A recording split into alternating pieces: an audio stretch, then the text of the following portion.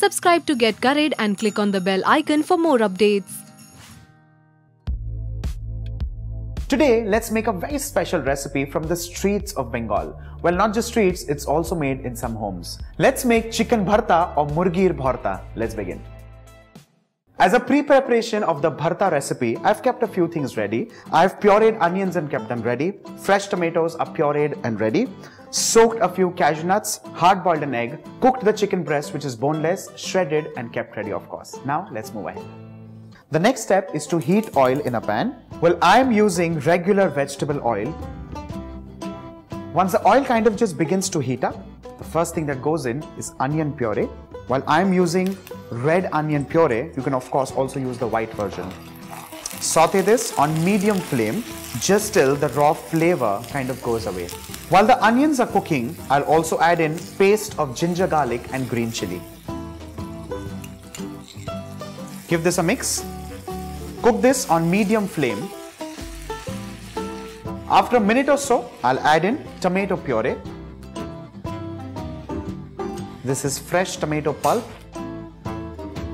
Turn the flame to high and allow this to cook for a minute or so.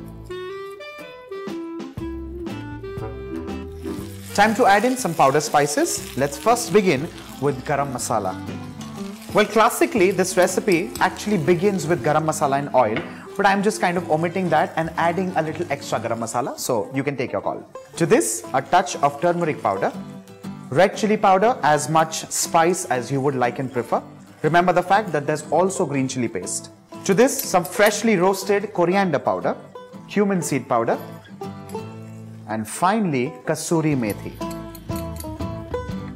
Allow this to cook on medium flame, and by that time, let's make a paste of the cashew nuts which have been pre-soaked. For this, of course, I'm taking the cashew nuts. We'll keep some water aside for now.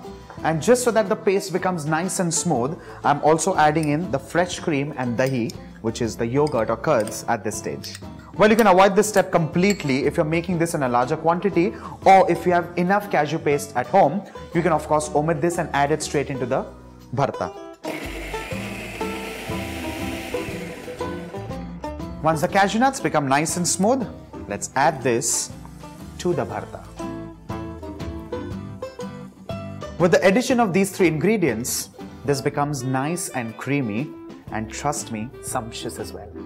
Let's give a good mix and also not forget the salt.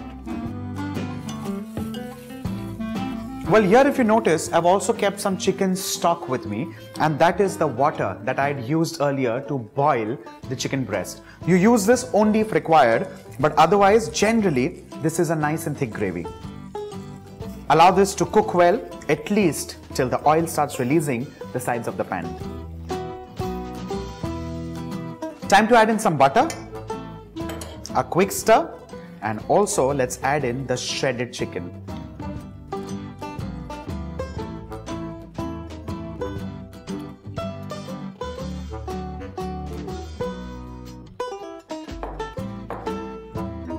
Let's give this a good mix and also add in some stock like I said if required.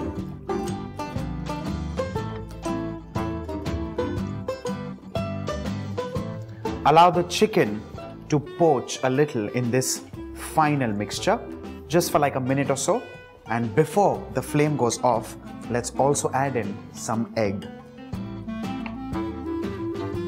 I'm just keeping a slice aside for the final garnish, and this remaining egg gets chopped roughly and goes into the bharta.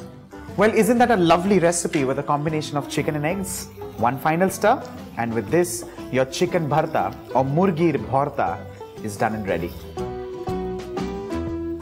Let's transfer this into a serving bowl, and trust me, this goes amazingly well with a hot paratha. Finally, let's garnish this with a sliced egg. Finally, just a touch of red chilli powder. Let's keep it absolutely simple. With this, your chicken bharta is done and ready, and trust me, this is going to be a steal at your dinner table. Do not forget to like and share the video and subscribe to Get Curried.